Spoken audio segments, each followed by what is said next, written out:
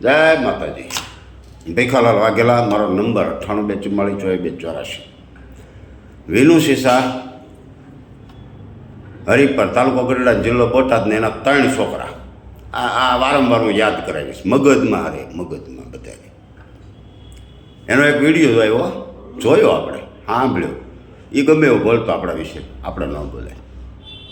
આપણે માણાના પેટના છીએ. એટલે એમ કહેતો એ લોકો છે આમ ને તેમને બધું કહેતો હશે એને લાગતું હશે આપણે લુખા છીએ, લુખા. કારણ કે સીટરીઓ એમ ન કે હું સીટરીઓ છું. આ મુદ્દો બરાબર.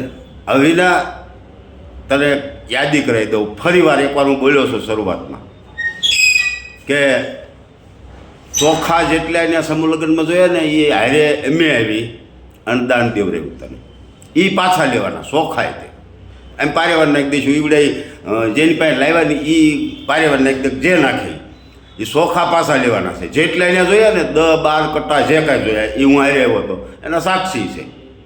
પછી 1લી તારીખે, 2જી તારીખે જાણવા આવતી ને 1લી તારીખે ફર્નિચરનું એમ વચ્ચે રહ્યા આવી જાય છે ને આ બધું થઈ ગયા. પછી તે એવું કીધું હતું મને કે શાક બકાલા નથી વિના. સાંભળજે, શાક બકાલાના પૈસા નથી. 50,000 રૂપિયા મેં હિતેશભાઈ ગાબુ પાસેથી નખાવરાવ્યા હતા તારા ખાતામાં. હજી એ ઓનલાઈન રેકોર્ડ છે. તું એમ કહેશ કે લુખા કોણ એ તું સાંભળ, અને તમે સાંભળો ને એ નક્કી કરજો કે આમાં કોણ લુખવું. આપણે હશું કદાચ, હાલો આપણે સ્વીકારી લીધું, આપણને કાંઈ વાંધો નથી, મજા કરી એનો. પછી 50,000 રૂપિયાનું એક દાન, એનું નામ નહીં દઉં કારણ કે સંત છે, સાધુ છે. હવે એ લોકોએ આવા દીધું હોય ને અમારા દીકરા સેટિંગ કરી દેતા હોય, આપણને વહમું લાગે ને. પછી જીણાભાઈ જોગરાણાએ 3100 રૂપિયા આપ્યા. હિતેશભાઈ ગાબુએ 3500 રૂપિયા આપ્યા. એક બોટાદમાં ભાંભણ રોડ પર મારા મિત્રને હું લઈ ગયો હતો, એને 1100 રૂપિયા આપ્યા. આ બધા મારા થકી દાન એવું વિના. અને આવા મારી જેવા તારી પાસે 20 જણા હતા.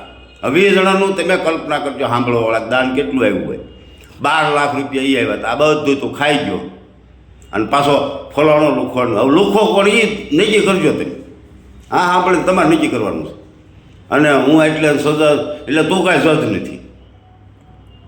બંધારણના નિયમ મુજબ બાબા સાહેબે જે બંધારણ બનાવ્યું છે એ નિયમ મુજબ અમને જે થતું હોય અમે ભોગવી લઈશું. અને તારે તૈયાર રાખવાની, તાર થતું હોય તને. કારણ કે આમાં કાયદામાં કોઈનું કાંઈ આવતું નથી, બરાબર. જે થાય એ મજા કરવાની છે, બરાબર. અને કુદરત કોઈને છોડતો નથી. આ તને ખબર છે ને, હું તું સંબંધ ખાતર બધા છોડી દઈશ. કુદરત કોઈ દી છોડતો નથી. દીકરીઓની કરિયાવર નથી આવ્યો એટલે કદાચ એકાદો તહેવાર બગડશે, પણ વિના એની હાય લાગી જશે ને તેથી તારી જિંદગી બગડશે, તારી પેઢીની, તારી છોકરાની જિંદગી બગડશે. આટલું મગજમાં રાખજે. એટલે જય માતાજી, જય ભગવતી. અને વિનો બોલાય એવું આપણે ન બોલાય, કારણ કે એ કેવો છે એની જાતને બતાવે છે. આ આપણે ન બોલાય. જય માતાજી, જય ભગવતી.